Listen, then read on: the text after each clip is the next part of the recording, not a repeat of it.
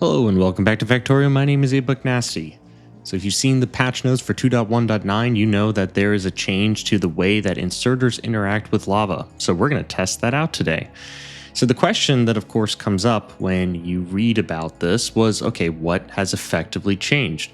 So let me explain what happens. So here I'm going to go over to 2.0, which shows the versions that we had in 2.0 and why everyone was avoiding in the mega basing scenario, dumping items into lava.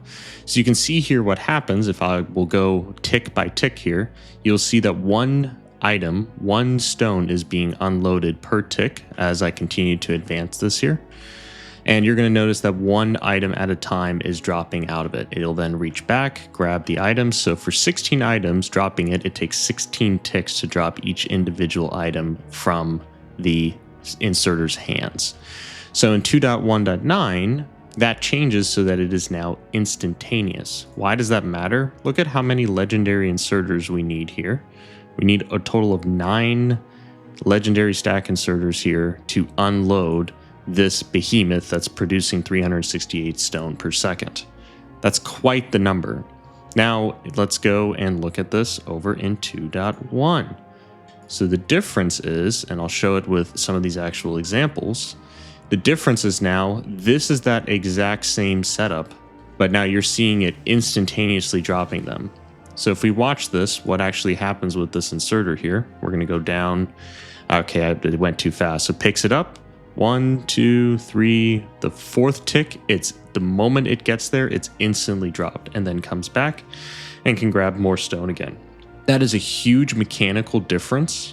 That means that we can go from the total number of inserters that we had here of needing 9, we can reduce that by 1/3 to get to 3 to still remove 360 stone per second from here. Now I'm saying 360 specifically because that should be is effectively like a chest-to-chest transfer, where it's dropping it now to here because it only takes 1 tick to drop the items. So in theory, well, for sure this is better. I'm not even going to test that because like just looking at the entity update time of like that many more inserters all dropping all the time, this is significantly better. This is like basically a chest-to-chest transfer. So that's huge. Now the question that I had was there's all kinds of other voiding methods. Should you go and use a recycler to drop items directly into the lava? And actually, let me go back to my main graphic here to kind of explain that. These are all the methods that I'm interested in testing for this. So we're going to be testing lava, so basically just directly dumping the items into lava. I also want to go and test out dumping them first into a recycler, so this dumping the stone into the recycler and then dumping that into lava. Then going and crafting landfill, which has been the meta pretty much in 2.0 for mega basing, is always go and craft landfill and then either shove it into kissing recyclers, that's down here, so here's the recyclers that kiss, and then or dump it directly into lava.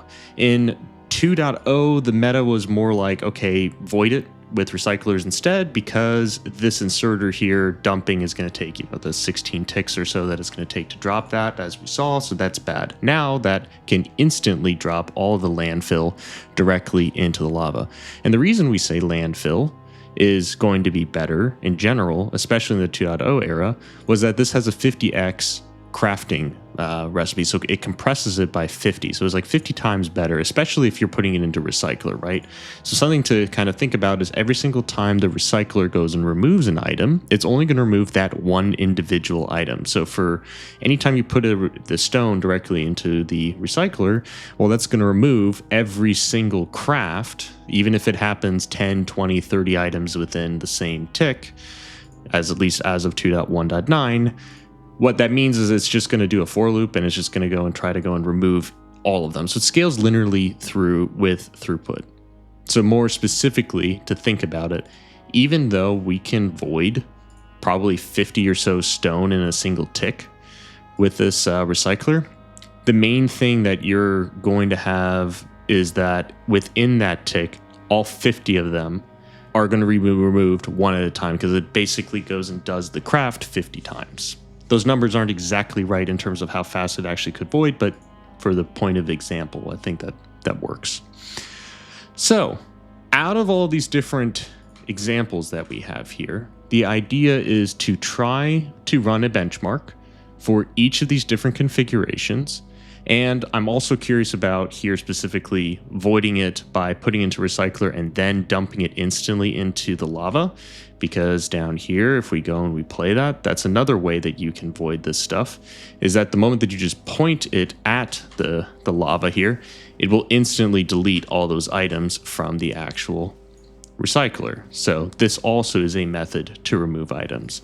So this should be a very controlled scenario because we should always have a little bit of back pressure on stone, and it should never be output blocked by fluids, but it should be output blocked by stone because we're going to have 3 inserters always pulling items out of the foundry, and then those items are going to go into something. So this should always have ever so slightly positive back pressure, and we should then that way at least all the transfers that are happening from these 3 inserters are constant into whatever they are sinking into.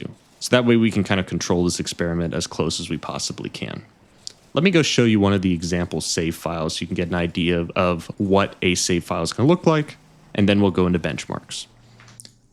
So here's one of those save files. The way that I've created all of these is I created initially this box here that you can see here. I then cloned it 511 times up to the north, which is shown here. So we have 511 of those copies for a total of 512, including the first one. I went and used this deletion planner to remove the stack inserters, the offshore pumps, and the foundry. And what that does is this will remove then from here, what it does is it removes all the inputs that could go into here. So you can kind of look at it like this.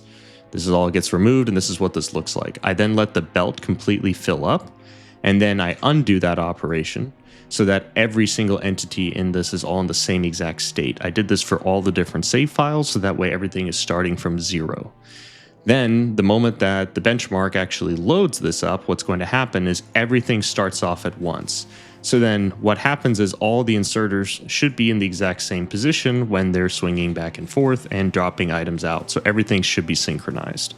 And then each of these save files, right, are going to produce the exact same amounts of fluids, which is a ridiculous 2.2 billion molten copper per minute. So a very large number that is going to be produced. Now we run this for 7,200 ticks. We run it for 3 runs, and then we just measure the results afterwards.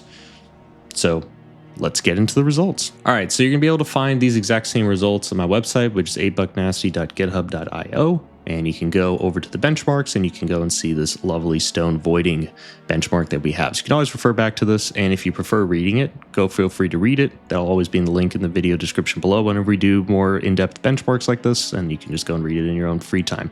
So the question that we've already examples that you saw that I just talked through, those are there. And let's talk about it. So immediately, here's kind of your benchmark run variance. So pretty much the variance was not super high in terms of like all the differences. So they were relatively stable in terms of the test environment. The recycler kissing one had slightly higher variance, but for the results, the variance is lower than the actual overall delta. So that seems like still a valid way to go and test this. So what are we seeing? Throwing the recyclers, putting stone directly into the recyclers is just bad. That's exactly showing that linear increase for furnaces that are quickly trying to void items. So that's where you can see where that like for loop is kind of coming in. For loop in terms of computer programming, that just means that you're iterating over each individual craft in a tick. So it scales linearly with throughput. So that's showing where the recyclers are not super great for this. Now, landfill, and specifically voiding it into, and landfill was obviously better, so crafting that first. But now, for the first time, directly throwing it into lava is actually super competitive.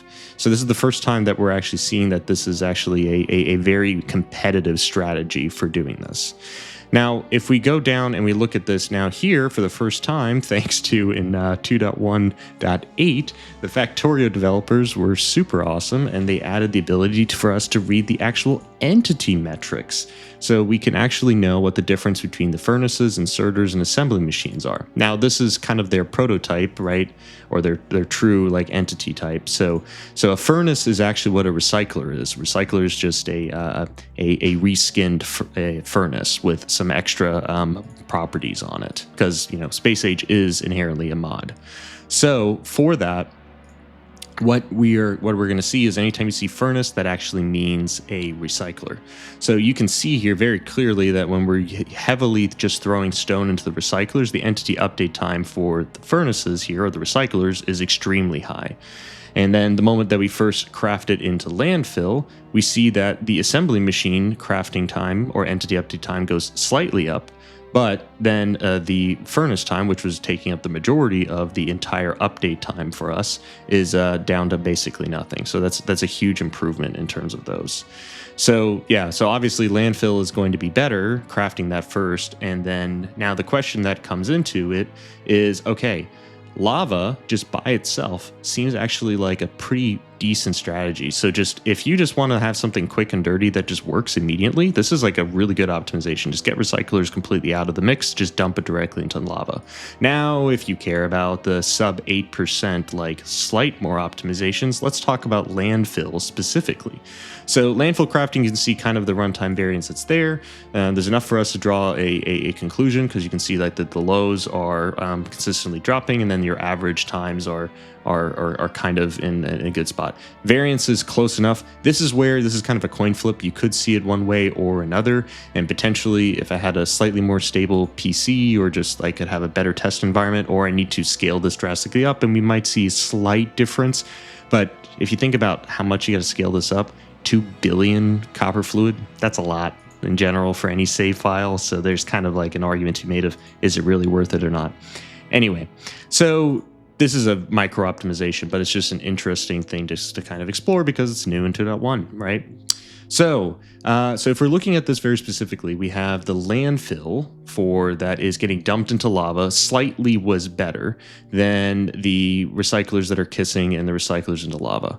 So, and the difference here is about like a 5% delta, 4.5%. It gets in terms of it getting worse. Now, what does that actually mean in terms of this?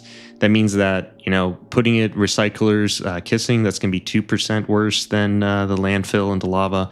And then landfill recyclers putting it at the landfill, crafting it first, putting it in recycler, and the recycler goes and faces the lava directly, was then slightly worse. So it was actually kind of interesting that the recyclers going back and forth was slightly better than it going into lava. So that was kind of an interesting thing. However, skipping the recyclers altogether actually wound up being a little bit better. But still, crafting landfill was still the right choice. Now, here was kind of an interesting thing. This sparked some debate on my Discord when we were talking about this. What you're going to notice from this chart here is that the inserters themselves slightly increase in terms of their update time once you start dropping it directly into lava. Now, we looked at a flame graph, and there's an entity update time that comes from, or there's specifically a code path that's called that is triggering an effect every time the inserters are dropping something into lava. Presumably that's going to be for smoke effects and those kinds of things. So there's an argument to be made. You could potentially turn off the smokes completely by adding a mod for it. Doesn't really matter. I don't think this is worth optimizing for.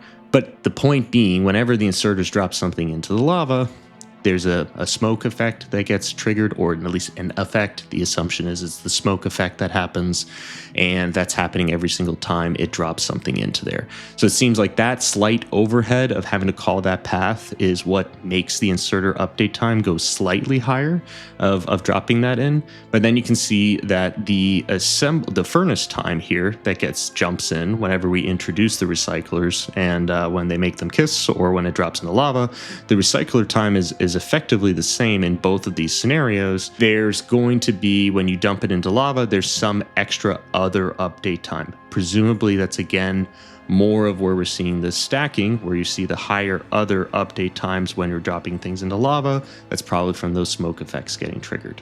So the two best contenders really are going to be using a recycler and just having them facing each other, or putting it in crafting the landfill and dumping it directly into lava.